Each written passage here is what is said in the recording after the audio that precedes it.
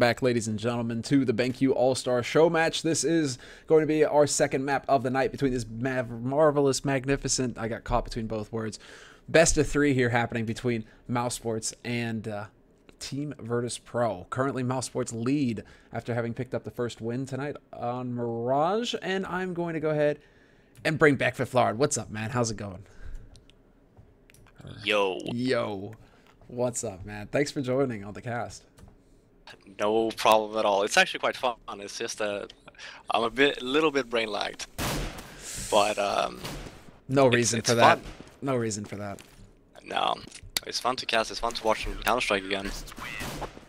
Yeah, man. It's this is some good stuff as well. I mean, Mousesports, they aren't going to be a Dreamhack winter, but Team Virtus.Pro are. So it's good to see what kind of shape they're in actually right now, just to see, you know, going into the big event that's going to close out the year pretty much, you know, where they stand.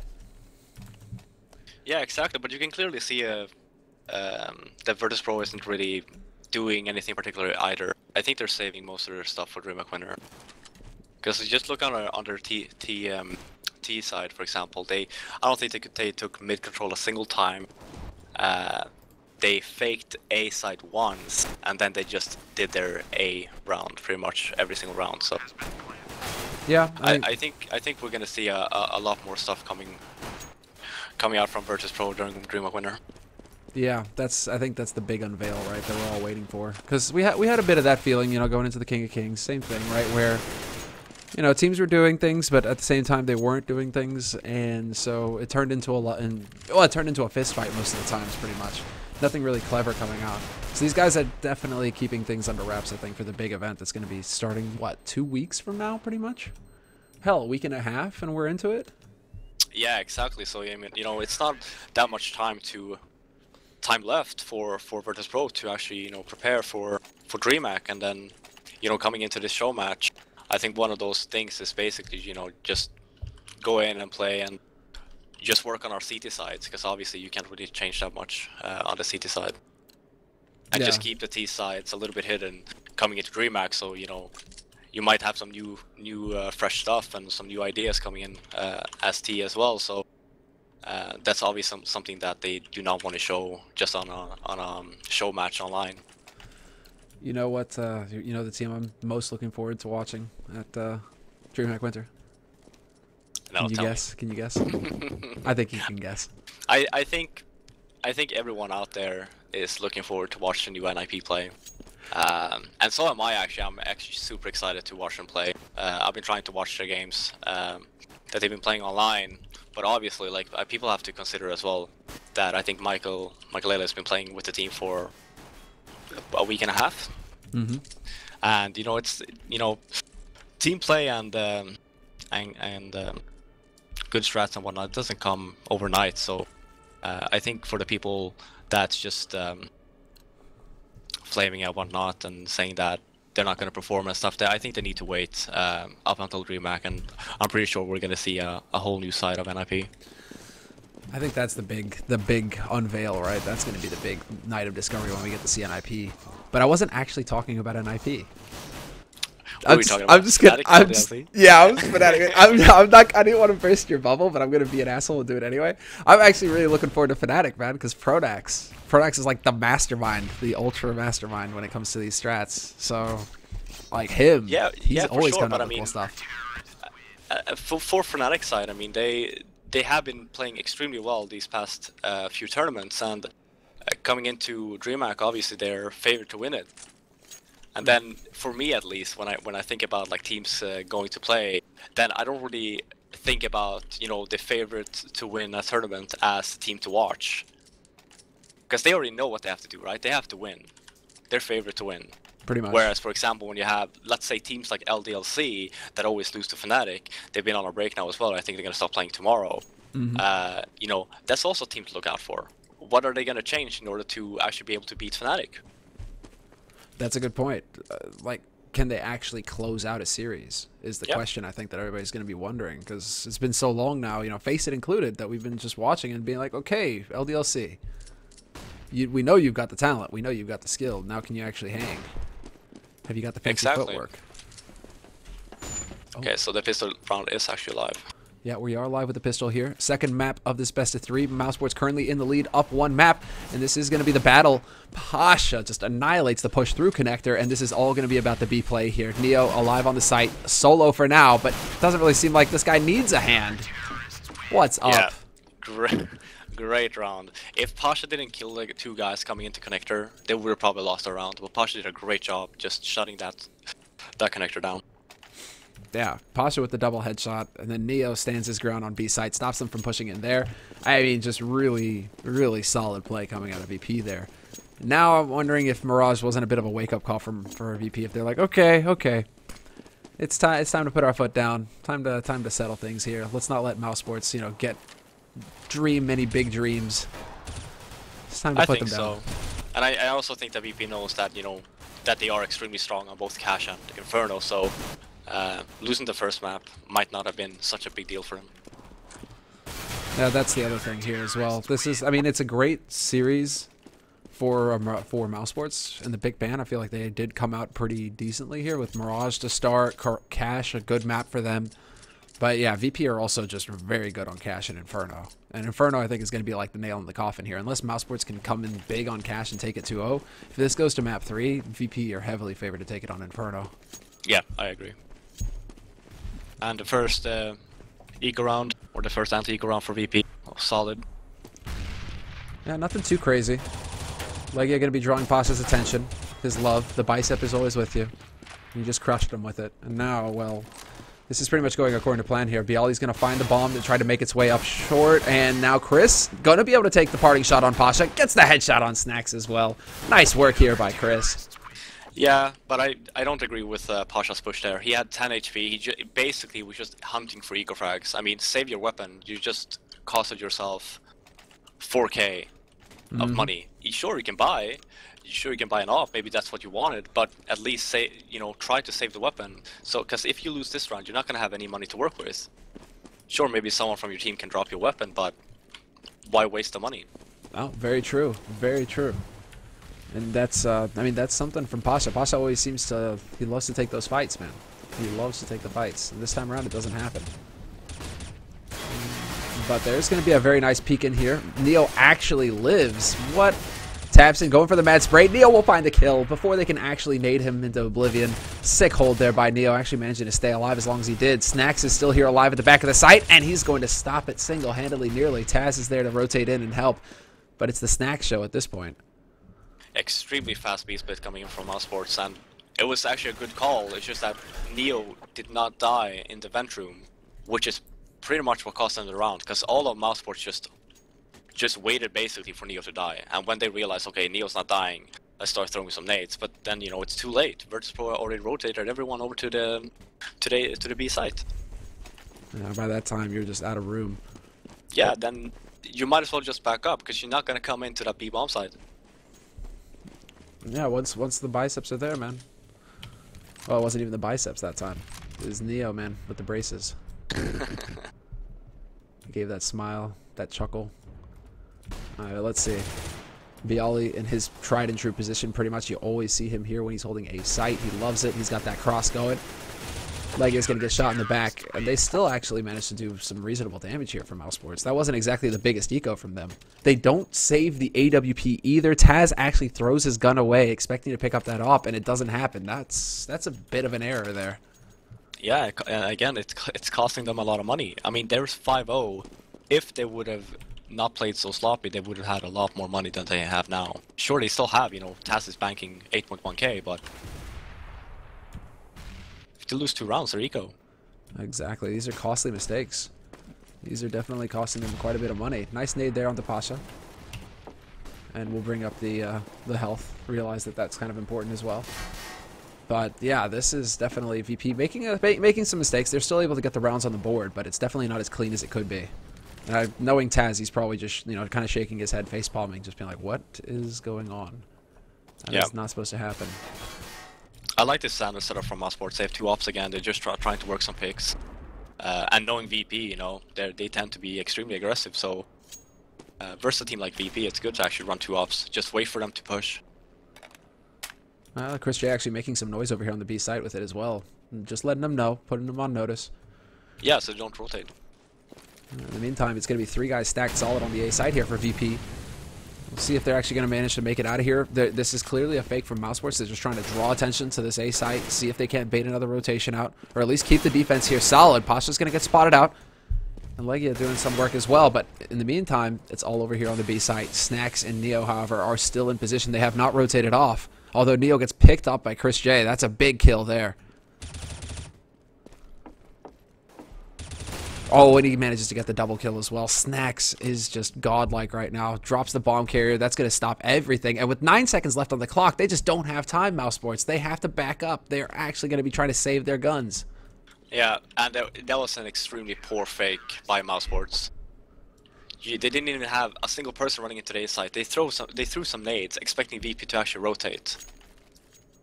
So the thing they did on A, it basically did nothing. They might as well just had 5 people rush into B, because that was the same outcome in terms of how many members people would have had on the B bomb site. They probably would have won if they just rushed 5B. If they had because they got the entry onto the B site. There was only Neo there left. Ooh, that's a very cool smoke actually. They're coming out from Kerrigan. Let's see where that goes. It's gonna block off short. Really nicely done actually.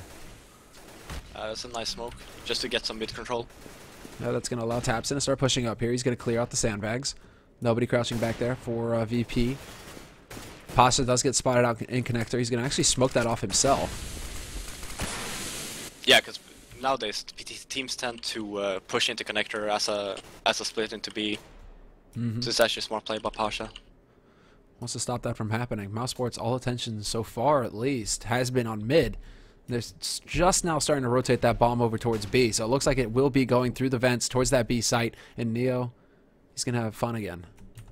Another opportunity for him to shine. VP actually still have Pasha just waiting in connector. Nice flash in. Pasha totally blind. Not going to be able to react in time, and that's a great pick for Mousesports. Yeah, good call from Mousesports well, going towards B. Because VP had 3 members on A, and only 1 on B. It's working out very well here for Mousesports. They pick up Neo, don't take any damage from that. Snacks peeks out on upper, he gets clocked, and now all of a sudden it's Taz who just goes jumping through. Brave play by Taz, but that's not going to get working at all, and this is looking like a solid Mousesports round. They're going to have plenty of guns, everything to work with here. It was a good round by Mousesports, yeah. Especially when they killed Pasha in middle, that was the thing, right? Because if they had not killed Pasha in middle, then he would have been super fast towards B, and the outcome might not have been in favor of Mousesports. But instead, they killed Pasha, leaving Neo all alone, and there's no backup for like a good 15 seconds towards the B bomb site, which pretty much just opened up the entire site for them. Alright, well, let's see if Chris J is actually going to manage to get a pick here. Nade onto him, only 1 point of damage. Neo is still lurking over in the checkered room. And Kerrigan is just holding this angle. Neo is still waiting here, however, they have not cleared him out, and it looks like Neo's going to decide to back off on this. He just wants to go for the smoke, see if he can't force it. In the meantime, it looks like Alu's managed to pick up a nice kill over on the A side. Taz is still pushed up into A main, however, and this could be a pretty decent position. Doesn't look like Mousesports are aware that he's here. Yeah, Pasha actually took the fight versus Alu. So he was the one holding Taz, so he can get in position. Oh, this is and really yeah, they do not know that he's here. So if he plays this right, he can get something out of it. Yeah, he doesn't get the full compliment, and Alu's going to step in and get the double kill. That's going to open things up. Snacks has been smoked off as well, so this isn't going to really help him. Trying to get onto this A site, eats a flash as well. And Mousesports are going to get the bomb plant now. Man advantage situation going into the hold. This is really solid right now for Mousesports. Yeah, Neo coming in from behind. Gets shut down by Alu though. It looks like Snacks was trying to get creative with his smoke there. Maybe go for a smoke diffuse or something, but that just wasn't meant to be. Now, man, all that money that we saw VP actually throwing away earlier on in the half is coming back to bite them. They are in an eco situation. That's what I'm saying. They could have bought this round. Why didn't they listen to you, Fif? What's going on? Are you going to go and like write Taz now and just like be like, yo, Taz, seriously, bro, you got to listen to me here, man. I got to give credit to Mousesports though, because I think they know that Virtus.Pro likes to play it aggressive, and when they run 2 offs like this, the only thing they have to do is just sit and hold for a little bit. They can hold for 30 seconds and then just, you know, move on to a site. But as long as you hold for 30 seconds, let VP come to you, because they will try and get the entry frag onto you. And that's what happened. Alu got the entry onto Pasha. Even though Taz got 2, they managed to stabilize and get the A site. I love it. Taz actually sits there for a second. I think he just barely saw Chris J's shoulder. Close call. Alu's going to find Pasha, though. That's going to be a big kill there. But it's the full rotation from VP onto this A site. They've been smoked out of the site, however, now. And Neo's going to have to go rushing through straight into Chris. And we're going to have a pause by the looks of it. No, I'm connecting. Are you DCing? Yep. Okay. So it's not just me. No. Okay. Oh, Neo! Neo has a cartel P250. Oh, I thought that he actually came up for you again. So he started shouting, "Oh, Neo!" I was like, "Oh, did I miss something?" Oh. Does it still work? Not work for you? I'm still frozen on Neo, but now I'm never leaving Neo again. We're just gonna follow him all game. Representing. Dude, I was waiting. Oh man, Neo, man out for my own heart.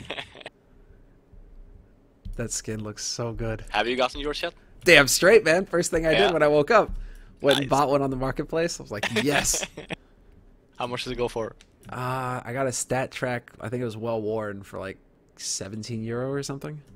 So it wasn't that bad. Well worn. Well worn. I mean, I was just like, damn. I think the. I mean, I was gonna say, you know, if it's a cheap skin on the auction house, then it kind of represents Sanders. I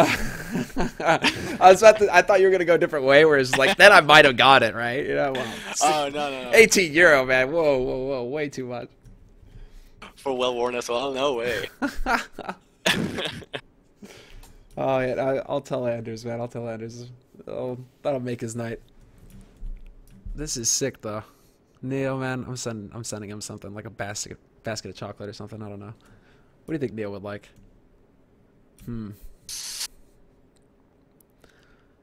That's a good question. This one-on-one right now, I think Chris J is about to really ruin Neo's day. Let me see here where.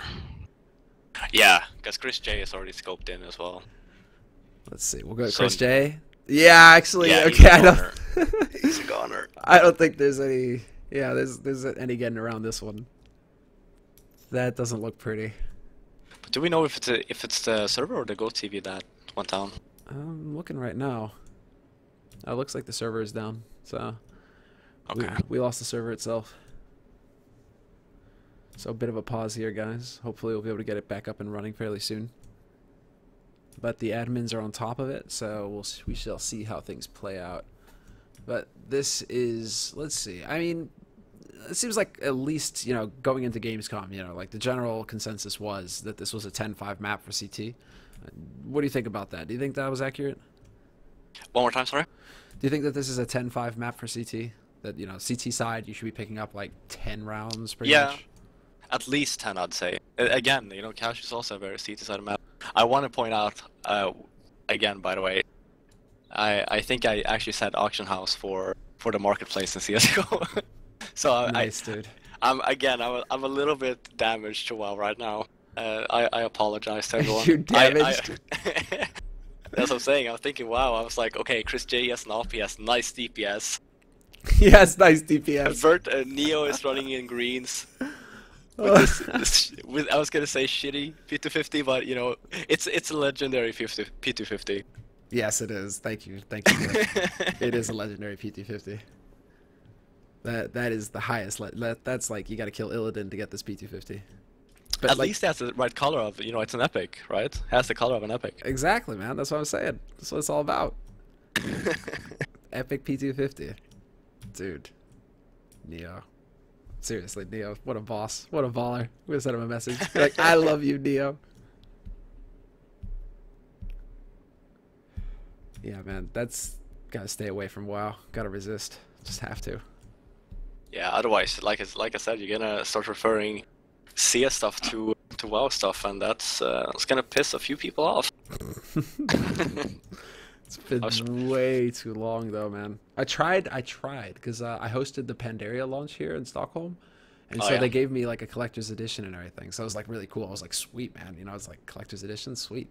But I played for like a day or two, and then I just couldn't do it. I couldn't get back into it because it's that whole nostalgia trip, right? You know, you always think back, oh man, the days in vanilla, TBC, you know, those were sick days, right? You know, we used to run 40 mans and all this stuff, and then you realize it's all of course it's just, you know, it's never gonna be the same because you're never gonna play with the same people that played back then, right? So it's not the same. You can never get back to that point. You're trapped like a mosquito in amber. Yeah, I mean, that's the thing, right? You can never. It's the same when CS:GO first came out, because people were comparing it to CS 1.6. Like, okay, this isn't the game that CS 1.6 used to be. I'd say you can use the same mentality in WoW as well. I mean, when WoW first came out, obviously it's not going to be the same now as it was before. Yep. Exactly. You just got to get with the times. But I'm hearing the times are pretty good. Hearing the times are pretty good. I don't know, man. I don't know. I gotta resist. I can't do it. I can't. Gotta play some matchmaking. There's always room in the guild for you if you want to join. All right, thanks, man. I know I've got a home. All right, I'll be good. That'll be good. Oh man, Korean, don't, man. You gotta resist. Don't let it do it to you. Do we have an update on the server? They're looking for a new server right now. Okay. So we may be here for a little bit, actually. So that's fine. Yeah, that's fine. It's all good. We're all right with that. I mean, how excited are you for like Dreamhack, man? This is, well, I feel like actually looking at the groups this time around, I didn't feel like there were any like huge groups where it's just like, oh, this is the group of death. Did you get that feeling? Yeah, I mean, looking at the groups, it feels like you have two clear teams that's gonna advance. No, that's the same feel I got. It's not like kind of you'd say where you had Virtus.Pro in there, in the group with Titan and stuff, and you're just like, whoa, okay, this group. This definitely feels a bit more balanced. It feels like they really got it right this time with the groups. That we're gonna be looking at some pretty good matches, pretty clear cut matches. Yeah, I mean, obviously there will still be some good matches, since there's at least two good, or there's at least two good teams in each group. But then again, I feel like even if you finish second in the group, it doesn't really matter, because the top 8 of in the world right now is pretty even. It's too much of a stretch, definitely. Yeah. It's so close now between the top tier. I just went on to check the groups now, actually. And to be honest, like, if you look at Group A, I feel like Group A is pretty strong. Fnatic, Cloud9, and Hellraisers. That's actually a really good group. Okay, yeah, there you go. You actually hit the one group pretty much. Like, yeah, the group of death. Yeah, Group B, I think if Power didn't change their roster, that would have been a good group. But now they're coming in with 2 new players instead of Steel and Dazed. And they have Titan and Dignitas, so obviously, if I were to bet money on it, I would say that Titan and Dignitas will advance. Pretty easily now, especially that Penta just had to drop somebody as well. Or was it Penta or Alternate? Alternate. Yeah, it was Alternate. But Penta... this is the thing, right, about online qualifiers. I'm not counting Penta out at all, but I have a hard time seeing them advancing from the groups, especially not from Group B. No. Well, with Titan, I mean, I'm just like, this could be the first time this year that Titan make it out of a group.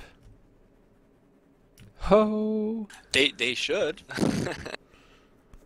That's what I'm waiting for. I'm just waiting for like the ultra upset where Titan, they play their match versus Live by Power and they lose to Live by Power, and then that's it. Titan, they don't make it out. And then the whole world implodes pretty much. Thorin's mind just bends and buckles and then shatters, and you can just watch it all while he's on the panel trying to talk about them, and he just starts to stutter and shake. And Titan haven't made it out of a group again. I'm waiting for that. Yeah. But yeah, obviously the group, if you can only watch one group from Dreamhack winner, then I would say Group A. Yes. But you should watch the entire tournament, because it's going to be amazing. Well, I mean, Group C, LDLC, NIP, really bad luck for NIP to have LDLC in their group.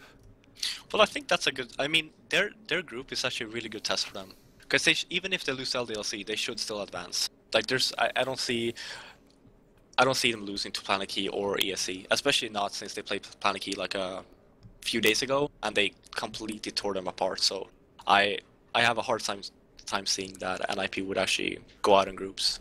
And again, that matchup versus LDLC, because LDLC will beat ESC Gaming their first game, and NIP is playing Planet Key Dynamics again the first game, and they should both win, and then you will see a pretty good match, LDLC versus NIP, in the what do you call it, like upper bracket finals. Pretty much in the first seed, pretty much the battle for first seed winner match. I mean, that's what it boils down to, is whether NIP they can. That's like the big upset match. I think if they can take out LDLC in the groups, then all of a sudden it's looking really good for NIP. Because LDLC are top 2. I mean, they're arguably top 2 right now. You could put LDLC up there with Fnatic being neck and neck. I mean, Face It, Fragbite, these guys, they keep running into each other in the finals. So LDLC and Fnatic, man, for me, that's like the huge battle. If it actually happens on the major stage, just that would be incredible. Then Fnatic just kind of roll through LDLC again, and all of a sudden I'm just like, yeah, it was incredible, guys, Fnatic. But that's the thing, though, that because I think it's the way that the bracket is fixed is if Group A, for example, let's say Fnatic, they come out on top, they will play, I think, either Group D, runners-up, or Group C. So let's say that NIP actually beats LDLC. LDLC would actually end up in the same bracket side as Fnatic. Might not be quarters, but it's going to be semis.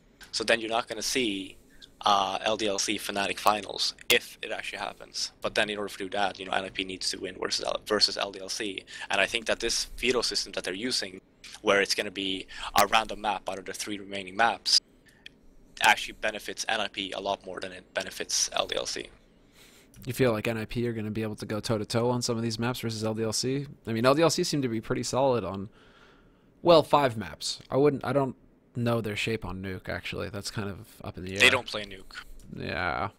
So if you look at it, right? So I'm hoping that NIP will actually veto Inferno versus LDLC. LDLC will veto Nuke.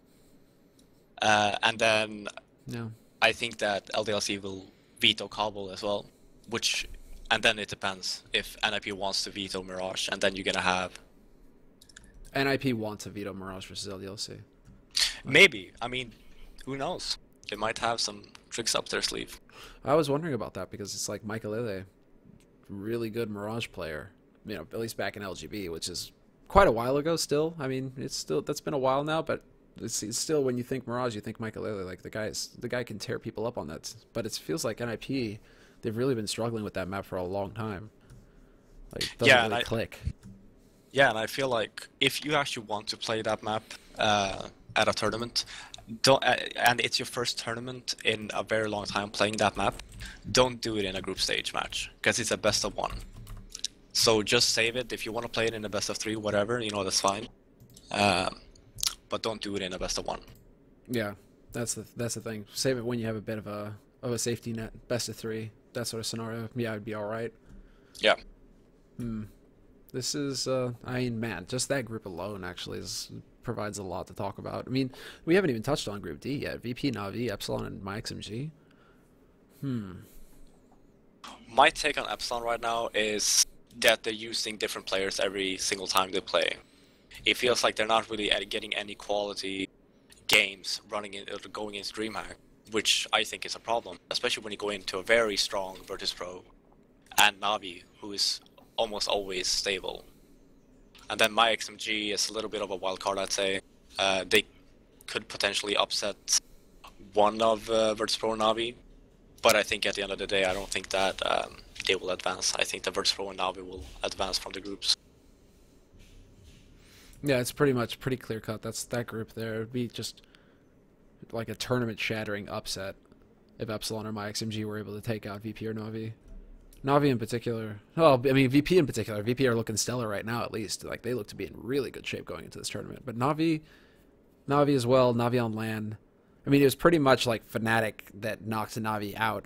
They pretty sure that Na'Vi could have taken on pretty much all comers at Gamescom. It just had to be Fnatic that they ran into to take them out. Yeah, exactly. And like you were saying as well, Na'Vi is an extremely strong team. I haven't seen them play in a while though, but obviously I haven't. I don't think anybody's really seen them. I mean, Zeus is just, you know, on a photo shoot right now. Yeah, I saw one of the pictures. I saw all of them as well. That's gonna be nice to see. But yeah, like I said, I think out of all the groups, Group A will be the one that's most interesting. I still have Fnatic as, you know, the group winners, but Cloud9 and Hellraisers, Who knows? I mean, Cloud9 hasn't been looking that good online as of yet, but I think that, you know, as everyone knows, Cloud9 is extremely good on LAN. And look at the past 2 tournaments they played. They went out in groups out of round difference. Yeah, that's... Which, you know, that's so painful. Yeah. So you can't really base their recent LAN results on that. You know, now when you come into this to Dreamhack winner, when you have the GSL system, you know, if you lose, you're out, obviously. But, you know, you're not going to have that scenario where, oh, you know, if we win, if we get 9 rounds, we're going to advance. You know, it's not going to be anything like that. The best teams will advance. Yeah. I'm wondering if they wake up at night screaming, you know, just 2 rounds. We needed 2 rounds. 2 rounds to get out of the group stage, man. That is cutthroat. Absolutely. But that also, it messes with your brain, because you go into the tournament with that mentality. It's like, okay, guys, we only need 9 rounds to advance, and it's on Inferno, and we're starting CT. Yeah. 9 rounds. We got this. And then all of a sudden it just crumbles. I think they got 4 CT rounds. Yep. On Inferno, and then again, then it's a struggle. You need to get 5 T rounds versus LDLC on Inferno. That's a hard thing to do. And that's why you don't want to come into a game like that with that mentality. It's like, okay, we only need 9 rounds. I talked with the admins before that match, and apparently, you know, Cloud9, LDLC, even VP, you know, they were coming over and being like, you know, hey, what's the standing right now? How many rounds? And the admins were just like, are you sure you want me to tell you this information? Are you sure you want to know? For obvious reasons, for the reason you just stated, you know, because if you're going into a match and you're thinking, oh, we only need 9, you're not thinking, oh, we need the win. You're just thinking, oh, we only need 9 guys, and then you're not. But that's why you should have, when you have games like that, when it's between 3 teams, both of their games should be played at the same time. Because were they not played at the same time? I'm pretty sure. No. Well, maybe one of the teams finished. Yeah, I think VP earlier. rolled their yeah. opponents basically, and then they were able to come and watch like the second half or something like that. And then, okay. Because I remember Taz basically like bodily lifting Smiths up after Smiths clutched it. Well, that was like back-to-back clutch rounds for Smiths or something like that. It was pretty brutal. Smiths in particular, towards the end of that group phase, was playing out of his mind. Yeah, it was playing really well. Yeah, just brutal. Well, guys, in case you're wondering, and I'm sure you are, we're still waiting on the update right now, so still looking for a new server, apparently. Hopefully we'll have that sorted fairly soon here. Instead, we've kind of turned this into an impromptu podcast about the Dreamhack groups. So, winning, right? We're getting there. I mean, there is a lot to talk about when it comes to the groups, because you still, I mean, in some ways, they are a bit more clear-cut than what we're used to, but this is still... in the sense that, you know, it's not like 3 of the top 8 teams basically they're in the same group, apart from, I suppose, Group A, where Hellraisers, I suppose you can't really exclude them from the top 8 right now. Well, how would you do that? Yeah. That's the thing, right, about Hellraisers, is that you never know where you have them. Like, you can never predict how Hellraisers will do in a tournament. Yeah. You just can't. One tournament, you can pretty much, you know, they go out in groups. They get rolled by everyone. Then the next tournament, they get out of the groups. Sure, they maybe go out in quarters, but at least they play a lot better than what they did the previous tournament. So it's all about how good they are during that weekend. I think if they play to their maximum potential, they can advance. But I think if they don't, I think the Cloud9 will go out as runners-up from the group. Well, we actually have a bit of a bit of a question right now. Maybe a question that's been talked to death, but, you know, let's go ahead and approach it this way. You know, we've had a few months now to actually play around with Overpass and Cobble. I guess we don't even really need to talk about Cobble because nobody seems to want to play the damn map, but how do you feel about Overpass and its evolution? So that was a question to me? Yeah. Like, how are you thinking? Oh, I'm going to jump on the opportunity to get you, man, under the gun. But yeah, I mean, okay. The way that I see Overpass, obviously it's a better map than Cobble. I can talk about Cobble as well, but just talking about Overpass, one thing that I do not like about Overpass is that it's so... the sites are too close to each other. So what happens is that the rotation from A or B is extremely fast, and it's extremely hard as T to actually get rounds, because almost on both the sites that you're going to, you're gonna fight three or more CT members, so it's extremely hard to actually gain control of a site on that map. Yeah. And I actually, like, one thing that I had in mind that I think would actually make the map a lot better would actually, you know, in the middle area where you have like the toilets and stuff, to actually open up that whole area and place a bomb site there. That way, the CTs won't actually spawn on the bomb site, and there will be a longer rotation towards each bomb site, so Ts would actually have a much easier time to actually get into a site. Do you feel like that's going to be that's also too far a rotation for T side? No, because I mean, if you still keep the entrance down by the door leading into B, then Connector? Yeah, okay. Yeah, connector. Then you still have very fast rotations from T's as well, and you can even rework that as well, so it's not as fast as it is right now. But it just gives the T's more room to work with, because right now the only thing that CTs has to do is they can go aggressive in the beginning of the round and just try and get an entry in the middle, but then they just have to fall back. To each of their respective sites and just wait. Just try to. So if they know, okay, they're throwing smokes on A, everyone from B can just instantly rotate. You will have four guys towards A within seconds, and same things goes towards B. Yeah, especially with sniper, for example, towards B. Yeah. No, but that's totally valid. Actually, that'd be really interesting to see. That would demand quite a rework, though. You'd have to open up, maybe like you just open up the rest room, and you make it a restroom with a bunch of stalls or something, right? And you got the bomb. But that's what I'm saying. You just rework that whole cube into a bomb site, and I can guarantee you that the map would be a lot better or a lot more balanced than what it is right now. Some terrorists just want to cover the world in shit. Blow up that bathroom. But yeah.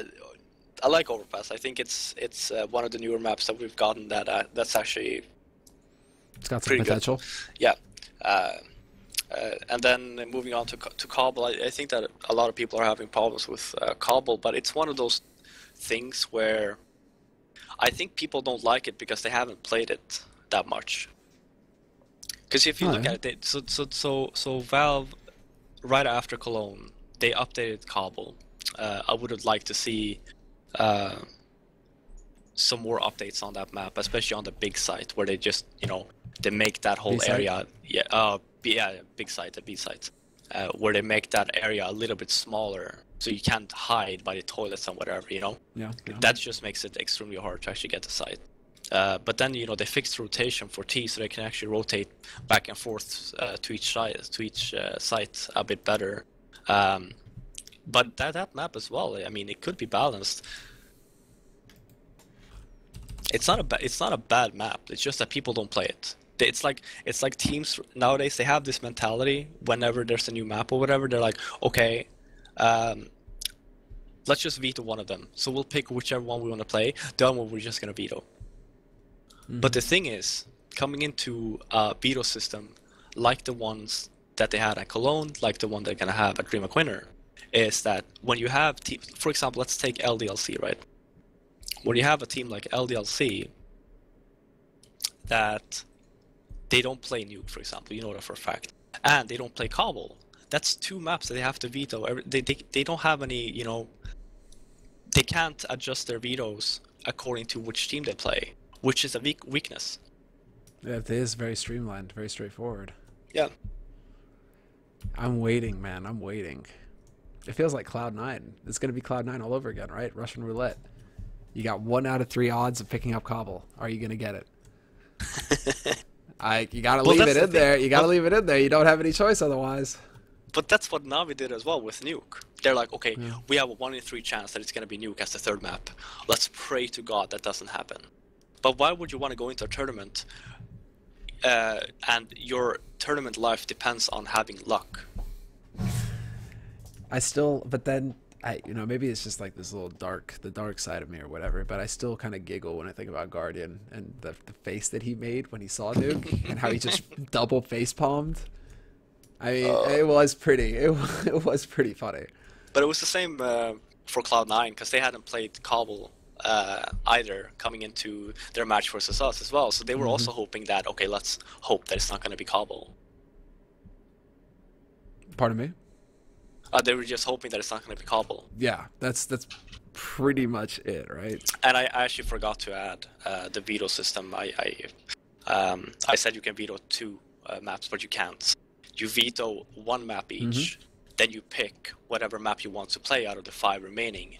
And then the 3 remaining, after you guys have picked 1 map each, one of those 3 maps will be played. So coming into a veto system like Dreamhack or Cologne, you can only so you have to have 6 maps ready to be played. Yeah. If you only practice 5, you're in trouble. If you have 6 strong maps, sure, you can veto the same map for the whole tournament. That's fine. But if you come in to the tournament with only 5 maps prepared, you're gonna have a bad time. You're gonna be in for a real bad time. Yeah.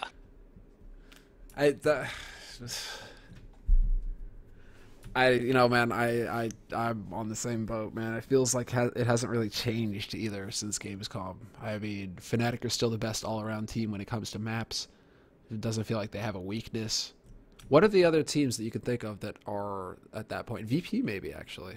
Because VP even have put some time in on Nuke and have like a respectable, CT side on Nuke. T side still leaves a lot to be desired, but CT side they've got it locked down pretty good. Just feels like Cobble. Like Cobble's going to be perma-banned. That's what I'm saying, right? So VP, they're coming into this tournament. As you can see, they've probably practiced Nuke. So my bet is that they're going to veto Cobble for the whole tournament. Yeah, pretty much. Right? So they actually have 6 maps that they can play, which is good for them. I don't think they had that coming into Cologne. I'm not sure which map they vetoed, if it was Cobble or if it was Nuke. For Virtus.Pro? Yeah, at Cologne. But it was the same scenario there, right? Except for coming into Cologne, they only played 5 maps. I don't think they practiced Cobble either. No, I'm wondering about that as well. Yeah, so you had a lot of teams coming into Cologne that only practiced 5 maps. And for some teams, it actually, it hurt them. Whereas for the teams that have practiced 6 maps, they were the ones who actually came far into the tournament. Yeah, do you feel, but that's another thing though, like, because teams aren't actually practicing these maps, if you want to practice 6 maps, how do you even go about that now? Because if you want to put time into Cobble, how does that even happen? Are you able to still find teams willing to prac? Are you still able to get prac matches in on it? Or is it just dry runs that you have to just go for and be like, okay, we think that this is how it's going to go? No, because you still have, so for example, again, let's take teams like LDLC. They don't play Nuke, right? So chances are that they will play Cobble at this event, so they will probably practice Cobble. And you have more teams like that, like teams that don't really practice certain maps. For example, for us before, it was the same scenario for us when we didn't play Mirage. Then we left the slot open for Cobble. So if more teams have the same way of thinking, then yeah, you're gonna be able to find games on Cobble. But then it's all the mind games, man. Then how much do you show? Are you acting like you're practicing Cobble, but you're really not practicing Cobble? Or do you want to show anything to the teams? What people actually do nowadays, especially before tournament, they actually just search for times. They don't say a specific map. They will just discuss the maps once they're on the server. So let's say, for example, coming into you know the groups already, right? So you don't want LDLC to know which maps you're playing. So then you just pick a map when you're on the server to try and minimize the leakage. Yeah, exactly. Most of the times, people still know, though. I mean, because almost every single player on certain teams have someone on friends, and if you just click on View Game Info, you're going to see which maps you're playing. So, for example, right now, even before NIP played Mirage, was it yesterday or 2 days ago? I knew that they've been practicing Mirage. So that's why I was waiting for it to see when they will actually pull out. But I was hoping that they wouldn't do our mistake, that they actually play Mirage in the final without even trying it in the tournament. So at least they tried it in an online match to see where they stand on that particular map. Now we gotta wait for man. That's the thing though. Like we're going into this like week and a half long dry spell where all we're gonna have now after tonight pretty much is speculation because nobody's gonna be playing officials. As far as I know, it's gonna be quiet, right? It's gonna be really quiet, like deathly quiet, like silent.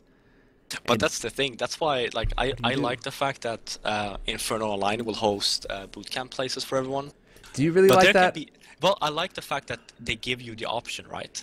I do not like the fact that if you choose to go there and there's a lot of teams there, you will never get like peace. You will never be able to, you know, just go over stuff privately.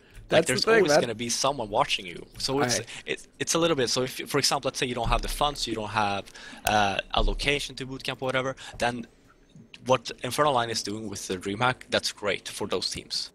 But if you're a team and you can actually bootcamp somewhere else, then you should do that. You're actually going to do that. But I'm predicting it already, man. They're gonna go, you know, basically they're gonna find a bunch of cardboard boxes and Inferno's gonna turn into box forts. I'm calling it now. You know, it's like, you know how you make pillow forts? You know, they're gonna find a way basically to like screen it up, and like it's gonna be like box forts basically all around the PCs, and everybody's gonna be whispering, and you know, you're gonna get, they're gonna threaten to shank you if you stand behind them and watch the games. Like, that's the thing. How do you actually practice and talk strats and what you want to do against the team when that team could be standing watching you over your shoulder? Like, how awkward is that? You can't do it. Exactly, especially for example, let's say, because right now Cloud9 is bootcamping somewhere else, not in Inferno Line. But let's say you have an English-speaking team. For them, it's even worse. Because let's say you have, let's just take, for example, Titan. Let's say Titan were to bootcamp there. There's only 2 other teams there that's French. They could understand them, right? So they can at least talk about their strats. Whereas for Cloud9, they can't, because everyone will understand them. Well, yeah, exactly. English, right? You know, what, are you saying like it's an unfair advantage to be French? Is that what's happening? No, I can say Swedish as well, because you don't have a lot of Swedish teams in the tournament either. But I'm saying, like, for the English-speaking teams that's going to be there, boot camping at a place like Inferno Line, if there's going to be a lot of teams there, is actually not a great idea. Yeah, no, that's valid. That's valid. I'm down with that. I mean, that could get really awkward really fast. Hold on, guys. We may have an update here. I think. Did you see the chat real quick? Oh shit. We might be good to go. I'm not sure. Okay. I don't know if it's my game bugging out or if it's the GoTV, but it's kind of choppy for me. Let me check. All right, guys, we're getting this sorted out. We are running a little bit behind, but hopefully we'll be able to catch up a little bit here. Just a moment.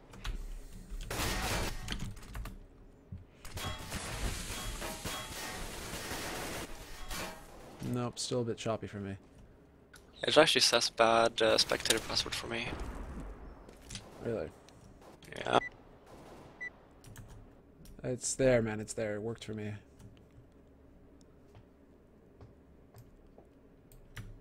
Let me try. I just put it for you again.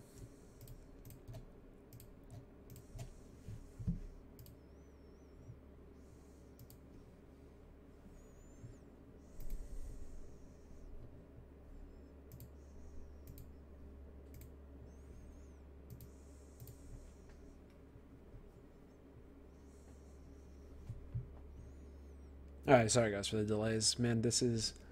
We did have a bit of an impromptu moment. Pretty cool. Impromptu everything, pretty much. A little bit of a podcast there going into it all. But we will be getting into the match once again. Actually, I'm getting it too now, so maybe they just changed it. Hold on. Oh, okay.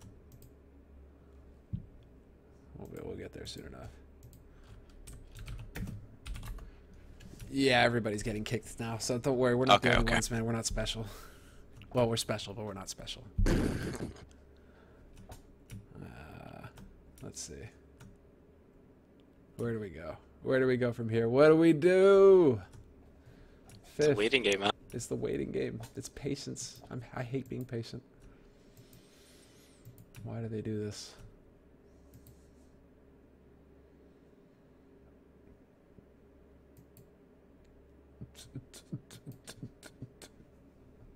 Right, I hear you guys can still hear me on that mic. It's not because I've pushed the talk to the 5th floor and that you guys can't hear me beatboxing. Okay, here we go. One step at a time. One step at a time. And so everyone else knows as well, when you're playing a game like this and the server goes down and you're waiting for another server to come up, don't think that players don't get frustrated over that as well. I'm pretty sure that they're spamming Skype right now asking for a server. So they're probably as frustrated as you guys are waiting to actually watch the game. Yeah, that makes perfect sense. It's everybody, man. It's like, it's people, and you think maybe it's just the teams or just the streamers or everything, but then you have everybody who's organizing the tournament, you got the admins, you got everything. Basically everything gets put on hold when this sort of stuff happens, so it is a real pain. Agony. Yeah, for the players, they just want to go in and play. Yeah, exactly. The way that I see it is, right, if, for example, if the server didn't go down and they finished, even though it was like, let's say it goes to 3 maps, they're wasting, let's say, 1 hour of their time that they could use to practice instead, right? So now they're just waiting for the server to get back up. So they're basically losing 1 hour of their practice day. So they are probably as frustrated as everyone waiting for the game to start again. Have you taken a shower this week, Fifth? Yes, I have. You have? Twice. Oh, dude. And we're Monday, man. That's good. Twice in one day. Yes. Do you want to hop on cam? People are asking in chat if they can see no. No? Well, the thing is, no, because I need to shave still. I said I was going to do that. You got the beard, man. Come on. Yeah, but the thing is, I actually don't have a webcam laying around. I need to get one. Right. No webcam. Says the gamer, streamer, all that. They wouldn't call me a streamer. And besides, whenever I've been streaming, I haven't had the webcam on. I had like the webcam on once, and that was when I was streaming PlayStation, because the PlayStation has a camera. Can you connect to the server? I just keep on getting retrying. Hold on, let's see. Well, apparently Chris J killed the server. What is happening?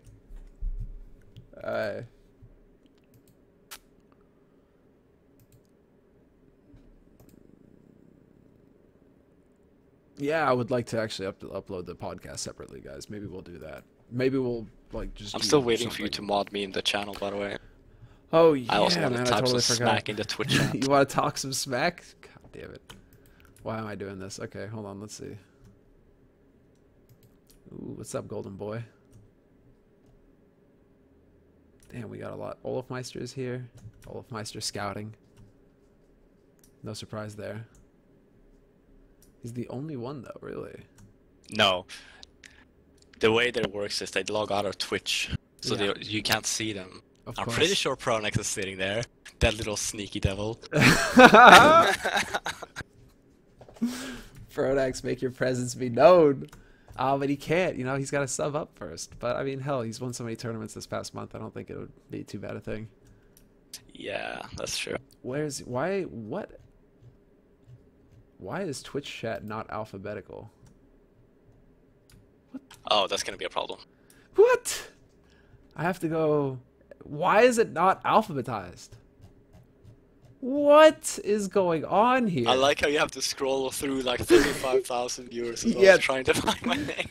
That's not happening, bro. Sorry. Okay, it's fine. All right, what is your... Hold on, type your name to me on chat. Like, Okay. in Skype.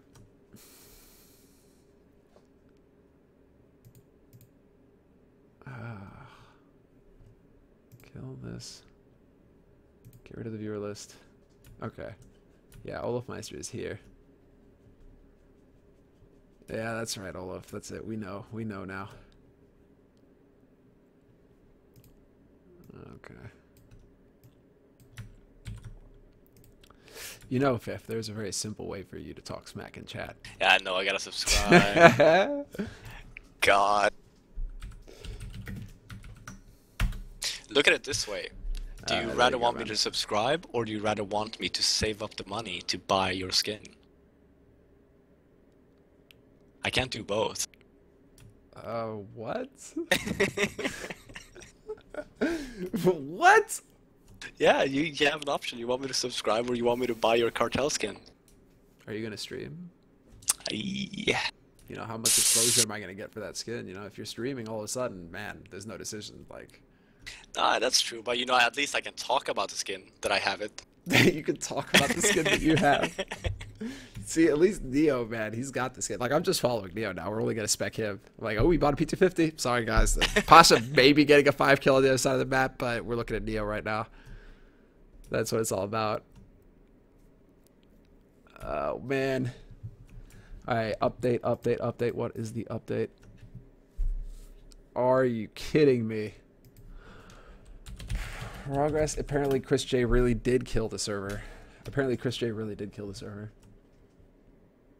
I'm alright, P-Sock. P-Sizzle. And they are working on it. So that's where we stand right now, guys. That's where we stand.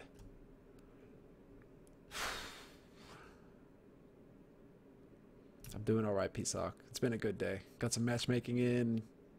1-1. Lost 2. Tied 2, but it might as well be a loss. Man, it's been a brutal day. And then coming into this as well, server down. Yeah, man. It's been down for a while now as well. Like, how long have we been sitting here? What? We've been sitting here for half an hour. More? 35 minutes? 35, 40 minutes? Jeez. Yeah. Okay, apparently small steps here, small steps.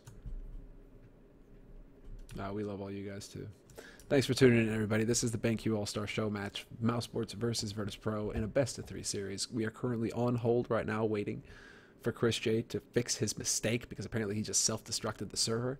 So, write all the messages to Chris J. And then, yeah. What? He, Dude, I gotta grow some dreads, apparently. I gotta grow some dreads. I gotta put on a hat. Shout out to Gabriella for the wonderful art. Okay, then. It's like, Baba cool, yeah, man. Yeah, man. Or maybe I should be doing, like, you know. You should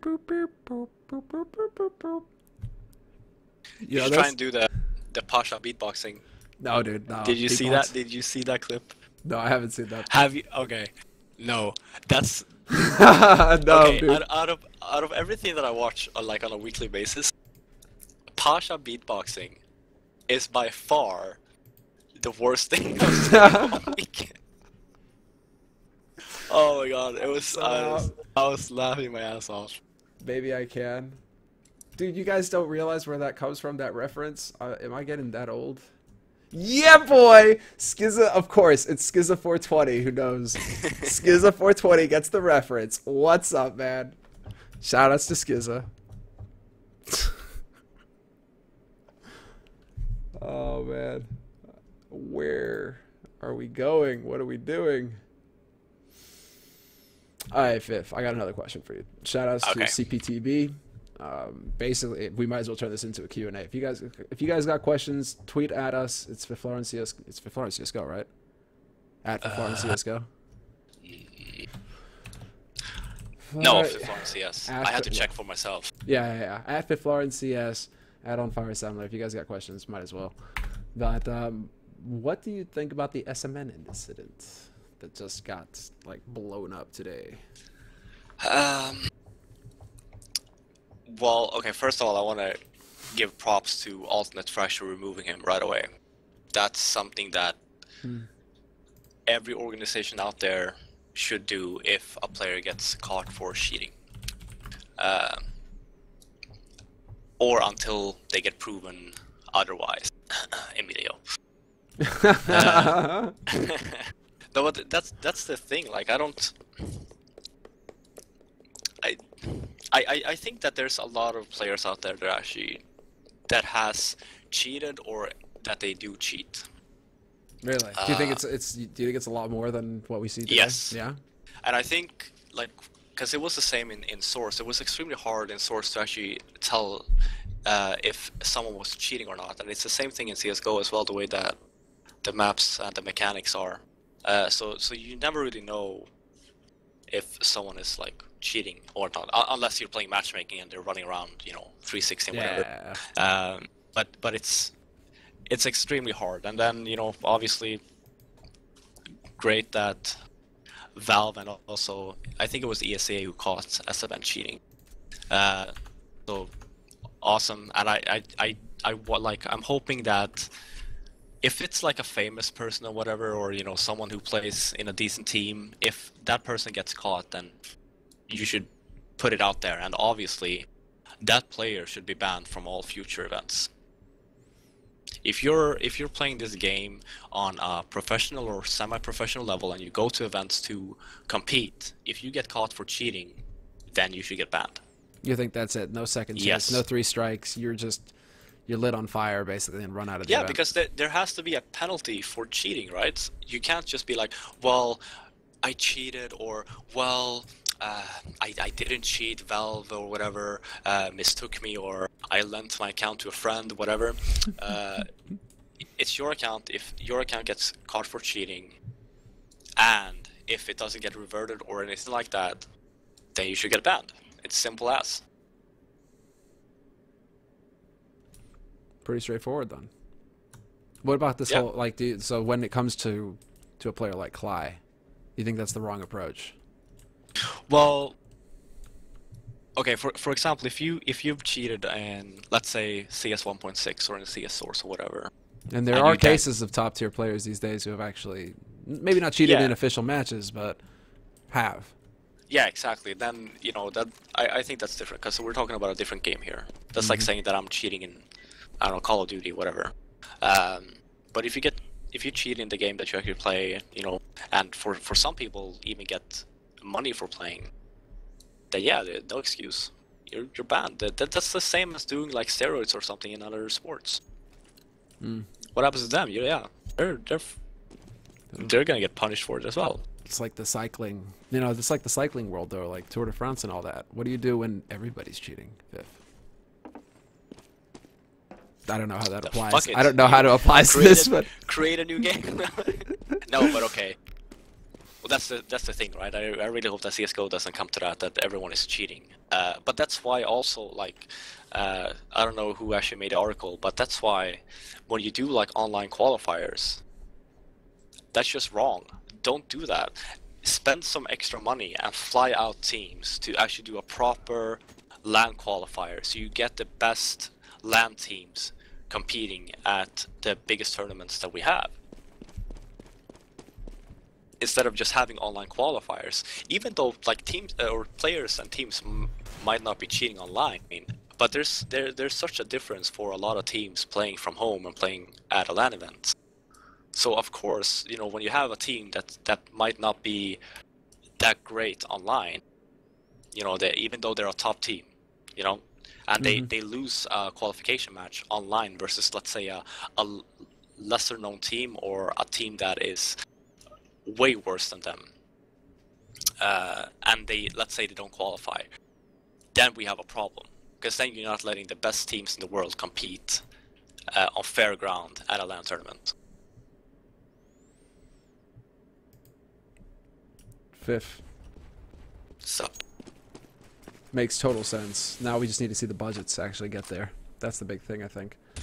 Like figuring out how you would have the budgets. Like basically what should have happened is, you know, the bootcamp, sick, right? You know, that's cool. Yep. It's going to be set up at Inferno and all that. But what could have happened was that was the qualifier for the actual event. Take that week in Inferno and just turn it into a qualifier match.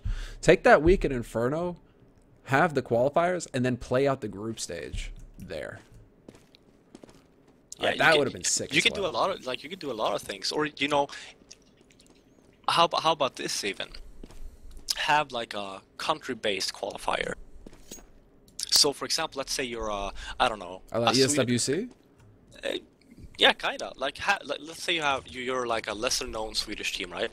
You don't have the budget to travel to a qualifier in the UK. No, yeah. But you have a Swedish qualifier, and then let's say in Stockholm, you know, you buy a train ticket to Stockholm, whatever, and you do the qualifier there. If you win that qualifier, or if you place top 2 or whatever, then the teams from each region, there's going to be less teams, obviously, that, you know, Dreamhack or Valve or whatever needs to pay for to actually travel them to their main qualification. Sure.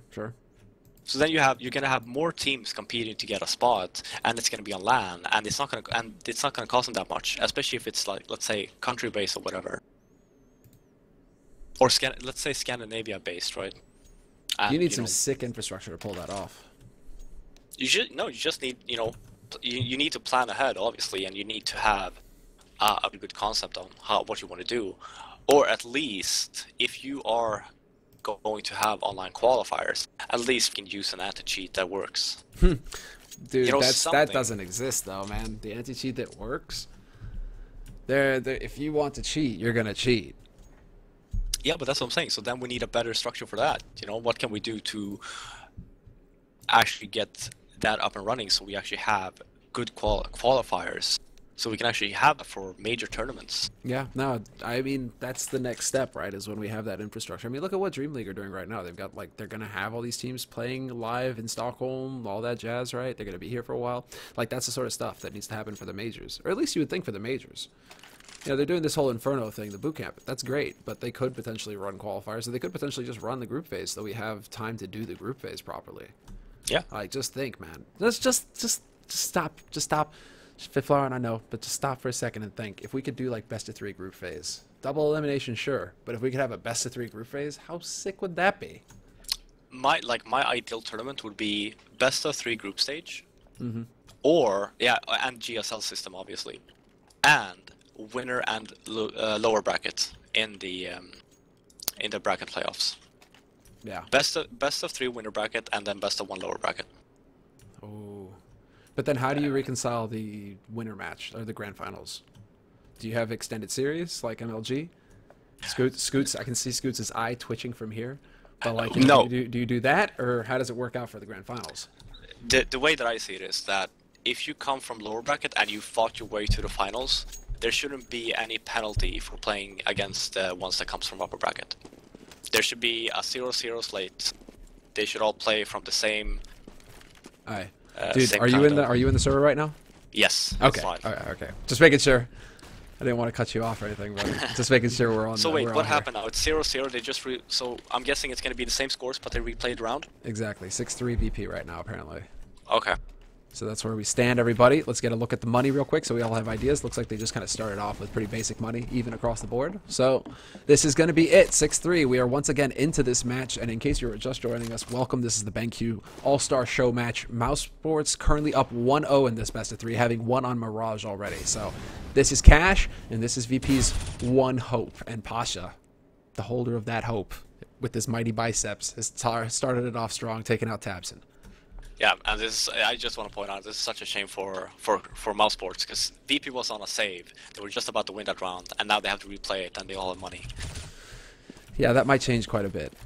And, I mean, Pasha's clearly woken up. He's clearly annoyed, and this is definitely going to shape up to be a pretty solid round here. Although, Mousesports are beginning to push onto the A site with 30 seconds left. Chris J gets eliminated. Alu and Legia, the last 2 alive. It does manage to find a frag, but then Snacks and Pasha just lock that site down. Quad kill for Pasha in the round. And that's 7 now on the board for VP. That's a great hold from VP. They held that perfectly, especially when you have Bialy. He does such a good job on that site. He might even if he doesn't kill anyone, he lets the other VP members rotate, so they actually don't have to fight in a negative amount of players. It looks like we're going to see somewhat of the same round, but it's going to be fast. Yeah, this is going to be fast. Taz behind Forklift needs to hold well. He's going to manage to stop Stabson short. This is still a bit of a mixed buy coming out from VP, or rather from Mousesports, but VP are doing a pretty good job here. Kerrigan gets dropped by Taz, who's still playing behind Forklift. This is such a solid position from him. Mad Spray comes in. Taz gets overwhelmed, and it's down to Alu now. 1v4, not a whole lot of hope for him. No, he might as well save. Even though it's 1 minute, try to go somewhere where they might be able to chase you and just try to go for picks. Because right now, if you lose this weapon, you don't get anyone. If you don't kill anyone, like what just happened, you're just gonna let VP build up their economy even more. Whereas you're gonna be stuck there. You're gonna have to save, and then by the end of next round, all of VP members will sit over, let's say, 10k money, depending on how many men they lose. Look at that. I mean, they're already sitting on fat stacks on VP's side. Yeah. That's disgusting. VP have got the bank now. And VP are currently at 8-3. So we'll count it out at the beginning for you guys. Unfortunately, we weren't able to retain the score, it seems. So it's 8-3 for VP right now. And Alu is having great fun. Yeah. Okay, but VP right now, still, they've actually got a pretty solid read on what Mousesports want to do, though. Mousesports looking like they want to speed up for this B site, rather. And it's going to be the push coming in. Yeah, it looks like Mousesports just decided to split up and just try to kill someone, lower their economy, but it just didn't happen. I love Snacks. He actually has the Tech 9. They've got 2 Tech 9s on VP's side now. And this is one thing on the CT side of Cash now that teams start to do. They just leave mid open and just play 3A, 2B, which I'd say is actually quite good, because giving mid control to the Ts isn't really a big deal. I mean, again, the Ts, they need to get to a site, right? So then they split up. Now, for example, VP decides to try and hold mid instead with 2 people. Well, Pasha getting naded pretty severely here. Always found a good angle, but they're keeping Pasha pinned down so that Chris J can annihilate him pretty much. Nice take here so far from Mousesports, getting control of mid. Chris J getting caught out in the open isn't going to help things, but Kerrigan does return on Snacks, who is peeking out through connector. So this is actually shaping up to be a pretty steady round here for Mousesports if they can take their time and play off this man advantage. Yeah, they should, because right now they're very far apart from each other. They just need to group up Mousesports and just hit a site. That's the only thing they need to do. Don't let VP kill someone, because you can't, you know, revenge frag him or whatever. And that's exactly what Mousesports doing now. They're trying to stay stacked, so in case VP actually kills 1 or 2, they can actually just at least revenge frag him and get the bomb down and eventually, hopefully, win the round. Yeah, Kerrigan just managing to make it back behind quad boxes as well. Really helps things here for Mousesports. This should be a round. This is an unlosable round at this point, as Ollie will find the second frag of the round for himself. Take out Neo, who's trying to make a run for it, trying to get back there to save his gun. So there we have it. Mousesports 4 rounds now on their T side, and they do manage to finally do a little bit of damage here to Virtus.Pro since we restarted. Yep, so it was a good round. VP chose to go aggressive mid that round, just straight mid control and then probably fall back, but since Mousesports want to take over mid fast, Virtus.Pro ran into a bit of problems. Ooh, Tabson finds the entry. That's not going to help things. VP already getting hammered. This is something that you don't want to do when you're a CT. You don't want to push mid aggressive all by yourself. There's a high possibility that you're going to end up dying. Do you want to push mid aggressive as T side there like Tabson did? You want to try and get mid control, because I think that they know that VP tends to just play one mid that eventually falls back to the A bomb site. So once they kill him, if you try to go aggressive towards connector, you have pretty much all the rotation locked down from A. Chris, oh, he gets the leg shot, but he still makes it out in one piece. What are we seeing here? No ability to actually follow up on that frag either. Bialy getting flanked in from mid. He knows he's got mere seconds. He's going to get sandwiched in there. Taz is now on Sky, trying to find the shot, trying to find the angle. He's going to lose his mate Snacks, and it's just Taz alone. And he will get clobbered. Mousesports waking up all of a sudden in the half. They're up to 5 rounds. Yep, again, great round. And they actually managed to kill all of VP's members as well. So even though VP can buy this round, if they lose this one, they're going to be on a save. So it's very important for Mousesports when they actually do, you know, get a site and they know they're going to win the round to actually chase the opponents down, especially since they won the round before. As far as things are concerned here, it's a lot of wall banging coming through, but VP are still able to get a pretty healthy buy in this round. Only just now starting to run low on money. That's incredible. So VP, well, it's not going to get any easier here for Mousesports. They have another buy round to deal with. And this time around, VP don't really go for the ultra aggression up mid. There are no opportunities for the early frags here for Mousesports. Yeah, but this is, again, this is an extremely important round for Mousesports. If they win this one, they're going to force VP on an eco, and it's more rounds for Mousesports coming into the CT side later. And Ali with a really nice entry. Takes out Taz, and now Bialy's still alive. Back of the site, doing a very good job of it, actually. Not showing himself, playing super patient. They're not going to be able to clear him out either. They need to find the proper angle to hit that molly, but Bialy's still alive. Instant kill on him. Takes out Legia. And now, all of a sudden, they have to worry about rooting him out of here. Nice kill still. He's still alive and in it. Takes out his third. Kerrigan is gone. Still alive with the 5-7. Douncing all over the place on Bialy with the quad kill. That's unbelievable. I mean, all props to Bialy. It was a great hold. Mousesports, they know that that VP only have one member back on the site. They need to rush him. They need to rush him down. Alright. If you don't rush him down, you're gonna let him get picks like that, and all of a sudden you're gonna lose men, like man after man, and then all of a sudden you're gonna be stuck there, and Bialy gets 4. If they would have just rushed him, I can guarantee you that he would only be able to get like max 2. How do we turn off the GoTV chat, dude? Do you have any idea? Chat? No. What's the command for the GoTV chat? No. TV, no chat 1. Okay. There we go. I got it. TV on the second chat group or chat time limit, maybe. We're good. Oh, okay. Okay, guys. Do apologize for that. So what was the score now? 10-5, 9-6? 10-5, 10-5. Okay. So I'm gonna say Mousesports needs to win the pistol. Otherwise, it's gonna be difficult for them. Let's see. Alu's in position at the back of the site. He has to wait for the rotation to come in here. Kerrigan trying to slow things down somewhat with the decoy. Alu does get the spray, but it's going to be a quick return. And Virtus.Pro, well, Kerrigan managing a nice headshot there on Pasha.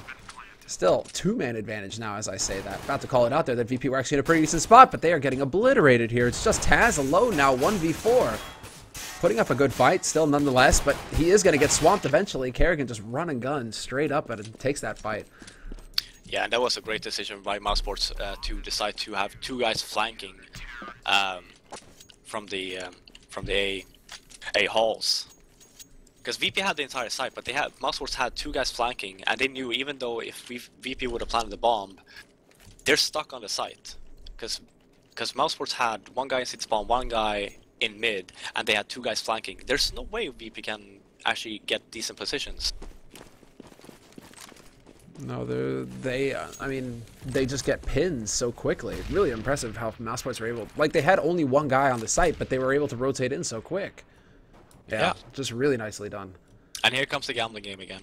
VP has bought a bunch of smokes. They have bought everything, trying to smoke off the site now instead. This is the same push that we saw in Mirage. This is the same style, essentially. And now, well, positioning by Snacks, he gets the drop, literally, on Kerrigan to start. Alu from CT is going to put some good spray on him. Chris J alive in the smoke, just barely trying to hang in here. But it's still Mousesports having to retake with the scout. Chris J, though, CZ point blank. Going to get overwhelmed. What is going on? Just like Mirage, this is still so close as far as the HP is concerned. VP, man, they're hanging on to the bitter end, but they've got 8 HP on Taz, 5 on Neo, and they're getting caught out in the open. Yeah, and again, it's a gamble. I mean, obviously, you know, they got the bomb down, and they might win the round, but they're going to be stuck in the same scenario as they were on Mirage. So they either choose now to either... Well, he can also win the round. What? No, he gets it! But does Alu have a kit? Nope. Alu doesn't have a kit! Wow. The bomb is planted extremely bad. The only place that task could actually be to actually, you know, kill the diffuser would be back of sight, which Mousesports didn't clear. They basically threw that around away for free. Oh man. What's worse is I think Alu would like, no, it wasn't Alu. One of them walked out. He was like reloading his gun, running to the back corner. Just, oh, that's agony. Taz, he's got to be grinning ear to ear. He did his job. Yeah. That was perfect. And again, like buys like that, it can pay off. But you know, to be fair, Mousesports shouldn't have lost that round. And then, if they actually played it correctly, then you would have been in the same situation that you were on Mirage. Yeah, that exactly. That would have been the opportunity golden right there. Now this is brutal. Mousesports, they're the ones going for the force. They're the ones actually doing some damage, managing to drop Taz and Neo low. They take Bialy down to 0, so this is the big opportunity. It's going to be the B rush coming out now from VP. Taps and alive on the back of the site. 5-7 in hand, finds the headshot, looking for another one. He's going to get it. Triple kill. Or a double. Kerrigan there to lend a hand, but the job is done. It's Pasha alone, 1v3, and I don't think Mousesports are going to give it up this time. Nice hole by Tapson. I was about to say as well, this could actually turn out great for Mousesports, because Carrigan actually pushed A, so he knew that it was going to be B, so then I think it was Alu in middle who just rotated to B as soon as possible. And if Tabson wouldn't have gotten that entry frag, then I think they would have lost the round. But he managed to get not only one, but he got 2 of them. Yeah, with Kerrigan managing to come in through Sky at the perfect time to get that crossfire going. Now look at what's going on. VP, man, they're not willing to give up on this. No, they're just going to go ahead and keep the pressure. They're going to do the exact same round as they did on the previous eco. This is interesting, really. It's just refining the strats, it seems, for VP. They're like, okay, whatever. We'll just go through the motions here and see if it works. And then Chris is going to wallbang Snacks down through the door. Okay, then. That's just unfortunate timing there for Snacks to take one to the face. Yeah.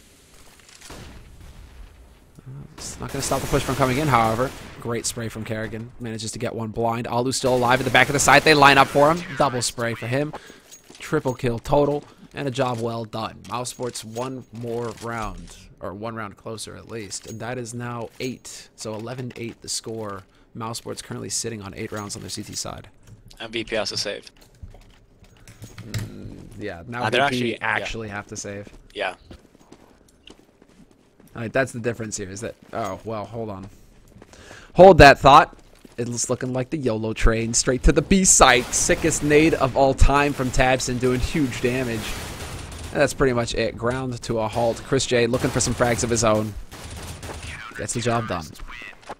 Yeah, and I mean, there isn't really that much to do for VP there. They don't have. They only have Glocks, so I mean, just a rush on A or B. It doesn't really matter. Yeah, all in all, that nade, I think, it's like Tabson is delivering. He doesn't even need to see you, and he's ruining your day, making you cry. Oh yeah, he's playing that B side extremely well right now. And let's hope for Mousesports' sake that he keeps it up. Off the top of your head, best B cash player. Ooh. It must be. Oh, who is that? There's someone from LDLC. Someone that holds B extremely well. Shoxy? Is it Shoxy? No, sorry. It's actually Titan. Kaylee. Oh, okay, Kaylee. It's actually extremely good at holding B. Yeah, okay. I can get behind that. He does it so well. He normally plays with an op, and he basically, if he gets the entry, and then he just waits for backup. Yeah, you're pretty screwed when you're dealing with Kali opping. He's just so stupidly good at holding angles and landing those flicks. Where are VP going to go, though? Pasta's going to find one pick. Alu is gone out of CT, and this is pretty much VP's round. They spotted out Kerrigan as well. They know exactly where he is. 3 guns face him, and it doesn't matter that Tabson has actually picked up the kill on Neo. He's so far away from that bomb site. He is actually just back off and hold. He gets an AWP, though. Actually, that's not too shabby. No, and I would suggest here as well, like, because Mousesports, they have a bunch of money, and they know that VP, they're money starved. If you kill 1 or more VP members, even though he doesn't win the round, he's gonna keep Virtus.Pro's economy to a minimum, which is great, because if they win next round, VP we won't have any money again. That's a really nasty hiding spot. Just saying. That's actually a good one. Look at that with an op. You're not really gonna check that. It's kind of out there, but not. But maybe your brain like disconnects or something for a second. Okay, whatever. You were trying to make a point before I rudely interrupted with my shenanigans. Oh no. That's all I wanted to say. I just want to point out on VP's round that the one they just did is, I don't know who it was from VP that rushed into connector after he got the entry in mid, but that was extremely well done. Because again, he shut off the rotation from B, so they couldn't rotate from B, and they could just go into the A site. It was Papa Biceps himself, man. He decided it was nap time. Time to put down Mousesports. Ooh, hello, Legia. Ah, they've gone for the double op. Double op Scar 20 yet again, and it's not Alu opping. It's Legia. That's interesting.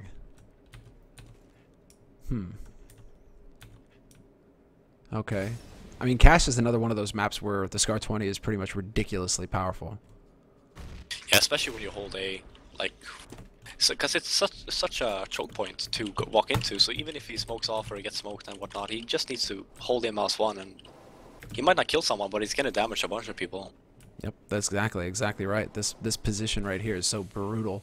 It's like basically like A side on Mirage. Same thing, which is why Mousesports really like to go for this rifle. Cash Mirage is so powerful. But VP currently down a man right now in this situation. Not looking too hot for them. They still have yet to crack onto a site. 30 seconds left, and Legia says hello yet again. Second frag of the round for him. Bialy's going to have to eventually push in here.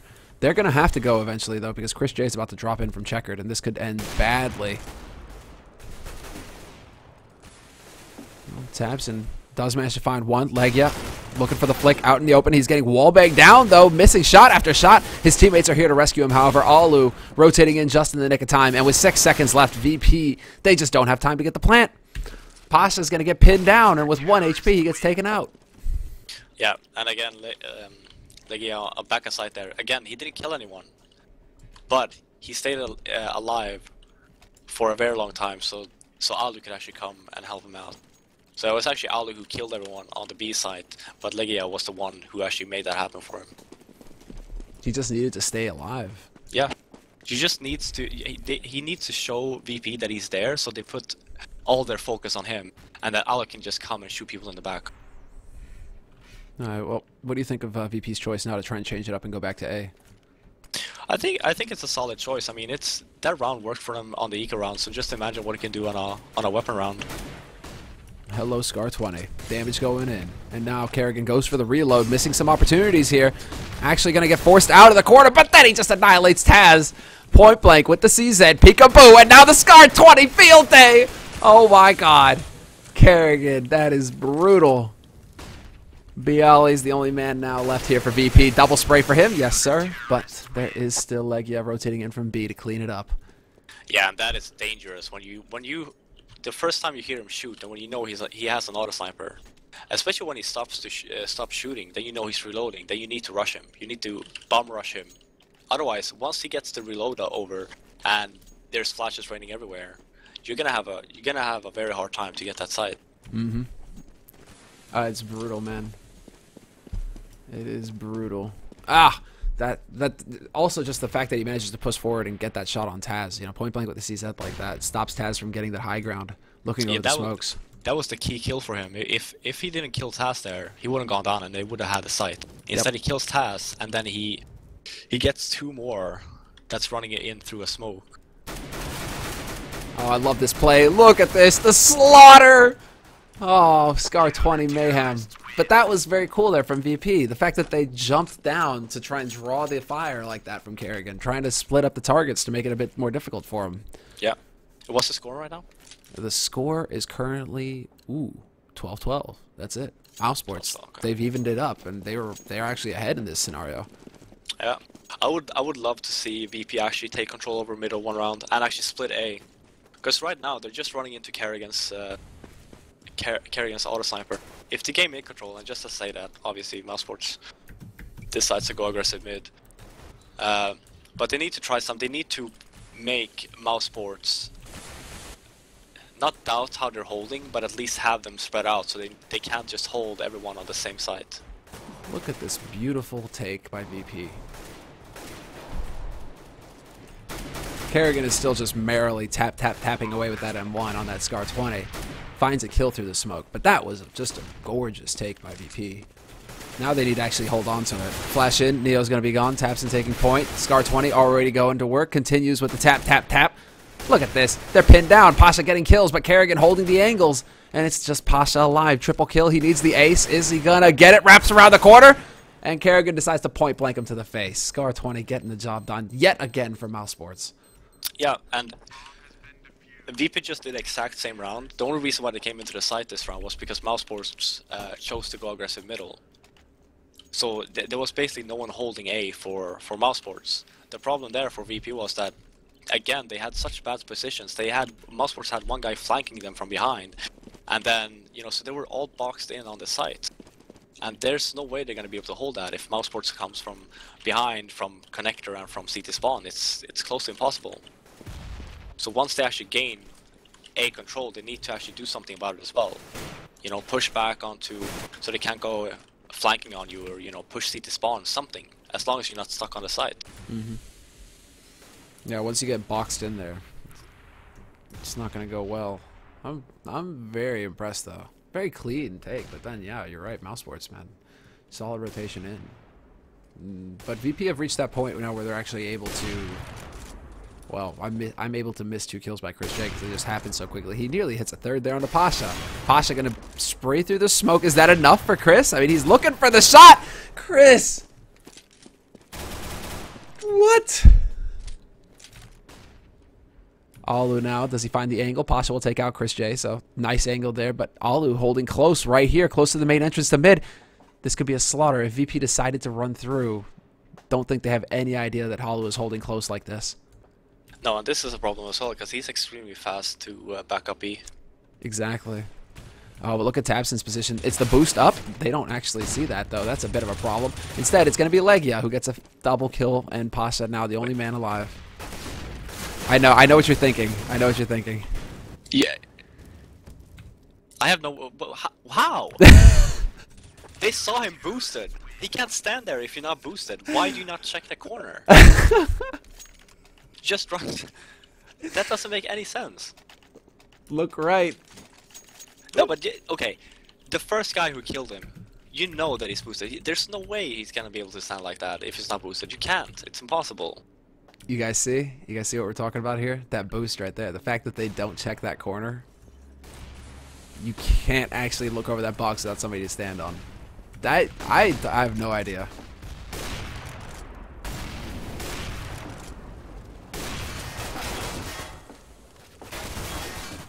Not even really, you know, just admiring right now the fact that Legia is still alive. He survives the rush. It's just now Pasha who will actually find a kill on Legia. So turns it into that 1v3.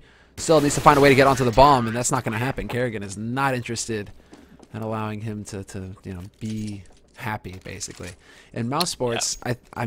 Can you hear that, Fifth?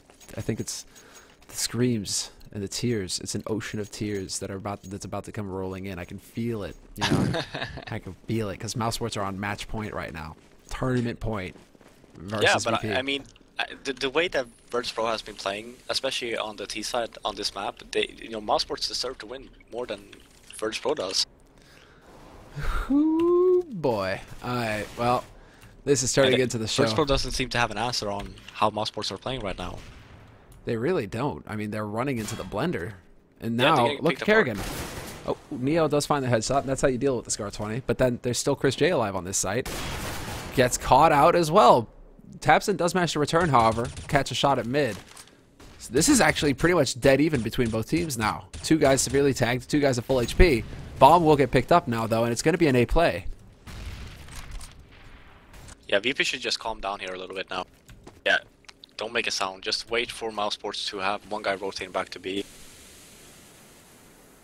Do they believe, though? Or rush to B. That's also an option. No, but so... Yeah, because if they would have pushed out on A right away there, they're gonna have to run in versus two Mousesports members, and that's not something you want to do. It's actually Legia who's going to be holding it off here. It's evening up fairly well. Neo looking to bring it back. And this is a great plan for VP. This is their run to lose. tabseN now. He has no idea. No. Yeah. Easy. Oh, but it was okay. It was great from VP there that they decided to just rotate back. So instead of just rushing out on A once they got the bomb, because then I can assure you that it would have probably lost a round. So they had 2 options: either rush B or just wait out. So Mousesports actually rotated back one to B. Go for the mind games. Is that what it's all about? Yeah. Especially in a scenario like that. I mean, when you drop the bomb and you have to run get it, then yeah. Wow, we just barely got that in time, but Alu, sick. Snacks, gonna get sprayed down by Legia as well on the B site, and this is now Mousesports with 2 frag lead. Going into this potential match point indeed. Pasha looking for the flank, but Chris J saves his teammate's life at the last second. Incredible. And now, we're into a 2-on-4. This is now Mousesports' round to lose. Yeah, this... It's gonna take a miracle, and Taz is on 1 HP as well, so it's pretty much all just as to say that he killed someone. Yeah, that was a pretty sick kill, actually. Yeah, I was gonna say it's all on Neo. But the thing is, this is doable. Legia and Oliver are both extremely low. And they're also extremely spread out, so as long as VP stick together and they get one of them, then one of the sides will be open. Exactly, and they're wrapping around to B now. Legia expects him to come through mid, which is why he's getting here. They're just trying to double it up. But Kerrigan can probably tell him, hey, mate, it's not going to happen. This is just him hiding at this point. Are they going to play it all on the retake now, Mousesports, with Legia's positioning? They should. They should have Kerrigan to just check first, since Legia is extremely low. And Legia should just plant for the bomb, or just hold for the bomb. So once he hears the bomb tick, then he should start searching. Or it's going to be Kerrigan to turn back at the best possible time. Taz finds yet another incredible headshot, but this is it. There is absolutely no way for Taz to win this round.